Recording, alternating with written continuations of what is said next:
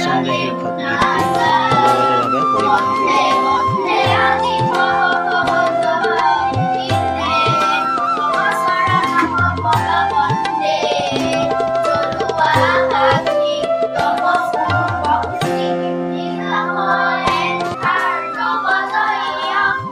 ইয়াৰ পাছতে ঘৰুৱা বতাহে শীৰ্ষক গীতটিত নৃত্য পৰিৱেশন কৰে ৰূপজ্যোতি দাস, ৰীনামণি দাস আৰু কৃষ্ণা দাসে।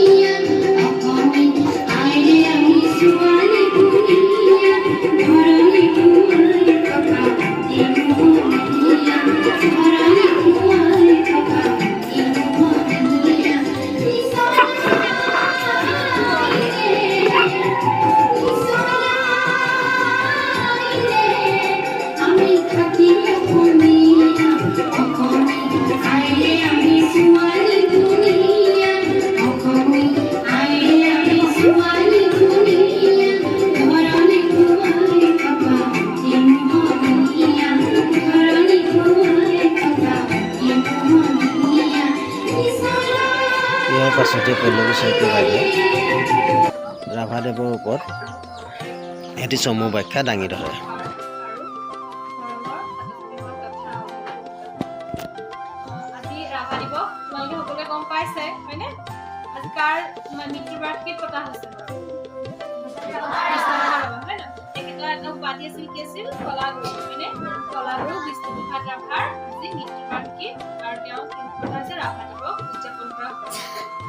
কলাগুৰু বিষ্ণুপ্ৰসাদ ৰাভাৰ জীৱন কাহিনীৰ বিষয়ে তোমালোকক মই অকণমান জনাবলৈ লৈছোঁ। তেখেতে জন্ম হৈছিল 1909 চনৰ 31 জানুৱাৰী তাৰিখে। এতিয়া বাংলাদেশৰ ঢাকা, আগতে কি আছিল ভাৰতবৰ্ষই আছিল, আমাৰ ভাৰতবৰ্ষখন আছিল আৰু তেতিয়া তেওঁ ভাৰতবৰ্ষতে জন্ম হৈছিল, কিন্তু এতিয়া এই ঠাইখন হৈছে কি বাংলাদেশৰ ঢাকা ৰাজধানী, তাত জন্ম হৈছিল। আৰু তেওঁ পিতৃৰ নাম আছিল গোপাল চন্দ্ৰ ৰাভা আৰু মাতৃৰ নাম আছিল গেঠি ৰাভা। তাৰপিছত তেখেতৰ কি হয়, তেওঁ শিক্ষা সমাপ্ত কৰি তেওঁ যেনেকৈ হাইস্কুল শিক্ষান্ত সমাপ্ত কৰি তাৰপিছত তেওঁ স্বাধীনতা সংগ্ৰামত জড়িত কৰিছিল। তেতিয়া আমাৰ ভাৰতবৰ্ষ স্বাধীন হোৱা নাছিল, গতিকে তেওঁ এজন কি আছিল সক্ৰিয় স্বাধীনতা সংগ্ৰামী আছিল। তাৰপিছত তেওঁ সেই স্বাধীনতা সংগ্ৰামত জড়িত থকাৰ কাৰণে কেইবাবাৰো তেওঁ জেলত কাৰাবাস খাটিবলগীয়া হৈছিল। বুজি পাইছা? মানে স্বাধীনতা সংগ্ৰামত তেওঁ ব্ৰিটিছৰ বিৰুদ্ধে যুদ্ধ কৰিছিল কাৰণে কেইবাবাৰো জেললৈ যাবলগীয়া হৈছিল। আৰু তাৰপিছত তেওঁ কি কৰিছিল, জেলৰ পৰা আহি বিভিন্ন ধৰণৰ সামাজিক তথা ৰাজনৈতিক কাম কাজত অংশগ্ৰহণ কৰিছিল। তেওঁ অসমীয়া সংস্কৃতিলৈ বিভিন্ন ধৰণৰ গীত নাট্য আদি অৱদান আগবঢ়াইছিল। সেইকাৰণে তেওঁ কি কোৱা হয়, এগৰাকী সংগীতজ্ঞ কোৱা হয়, গীতিকাৰ, নাট্যকাৰ, কবি, গায়ক বিভিন্ন ধৰণে আছিল। আৰু তেওঁ কি কৰিছিল, আজি এই মৃত্যু দিৱসটো কিহৰ কাৰণে পতা হয় গম পাইছানে? তেখেতে যে অসমীয়া সমাজ সংস্কৃতিলৈ বিভিন্ন নাট গীত বা কবিতা আদি অৱদান আগবঢ়াইছিল, সেইকাৰণে কি কৰা হয়, তেখেতৰ মৃত্যু বাৰ্ষিকীটো ৰাভা দিৱস হিচাপে উদযাপন কৰা হয়। তেওঁৰ মৃত্যু হৈছিল 1969 চনৰ 20 জুন তাৰিখে, আজিৰ 20 জুন তাৰিখে।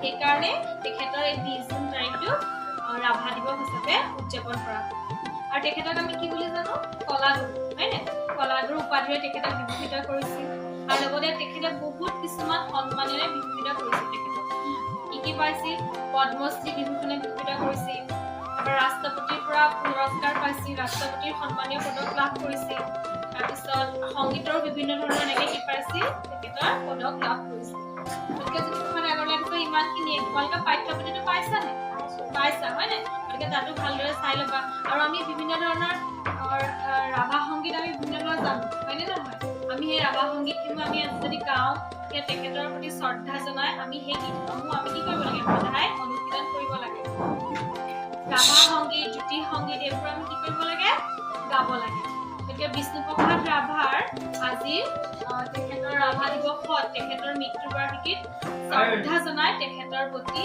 শ্ৰদ্ধা জনাই এটা মই গীত গাবলৈ লৈছো